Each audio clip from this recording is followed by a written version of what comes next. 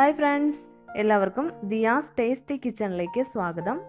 ഇന്ന് ഞാൻ നല്ല ടേസ്റ്റി ആയിട്ടുള്ള ഒരു തക്കാളി ഫ്രൈയുടെ റെസിപ്പിയുമായിട്ടാണ് വന്നിരിക്കുന്നത്.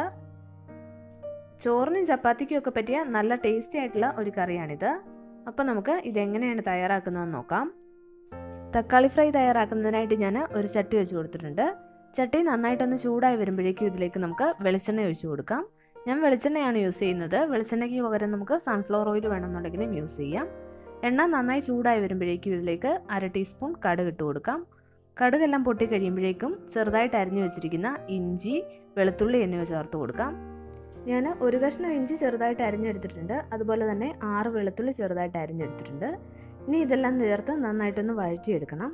ഇത് നന്നായിട്ടൊന്ന് വഴന്ന് വരുമ്പോഴേക്കും നമുക്കിതിലേക്ക് പച്ചമുളക് കീറിയതും കൂടി ചേർത്ത് കൊടുക്കാം. 2 പച്ചമുളകാണ് ഞാൻ ഇതിലേക്ക് കീറി ചേർത്തിരിക്കുന്നത്.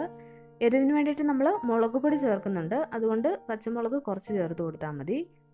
ഇനി ഇതെല്ലാം നന്നായിട്ടൊന്ന് വഴന്ന് വരുമ്പോഴേക്കും നമുക്കിതിലേക്ക് നീളത്തിൽ അരിഞ്ഞു വെച്ചിരിക്കുന്ന സവാള ചേർത്ത് കൊടുക്കാം. ഞാൻ 2 മീഡിയം സൈസിലുള്ള സവാളയാണ് നീളത്തിൽ അരിഞ്ഞെടുത്തിരിക്കുന്നത്. തീരെ കനം കുറച്ച് വേണം സവാള അരിഞ്ഞെടുക്കാൻ. ഇനി ഈ സവാള നന്നായിട്ടൊന്ന് വഴറ്റിയെടുക്കണം.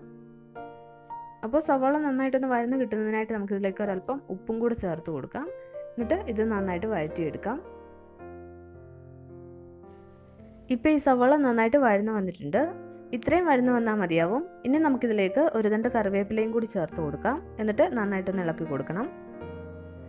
വഴറ്റിയ സവാളയിൽ നമ്മൾ കറിവേപ്പിലയും ചേർത്തിട്ടുണ്ട്. ഇനി നമുക്കിതിലേക്ക് പൊടികൾ ചേർത്ത് കൊടുക്കാം.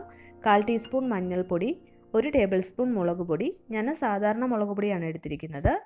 കാശ്മീരി ചില്ലി പൗഡർ വേണമെന്നുണ്ടെങ്കിൽ അത് ചേർത്ത് കൊടുക്കാം, അപ്പോൾ എരിവ് കുറവായിരിക്കും.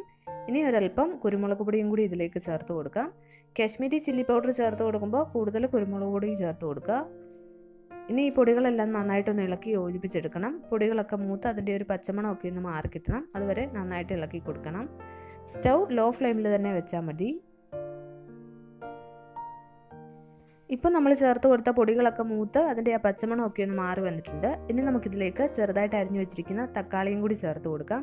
ഞാൻ 3 തക്കാളി ചെറുതായിട്ട് അരിഞ്ഞെടുത്തിട്ടുണ്ട്. ഇനി ഇതിലേക്ക് ഒരല്പം ഉപ്പും ചേർത്തിട്ട് നന്നായിട്ട് ഇളക്കി യോജിപ്പിച്ചെടുക്കാം.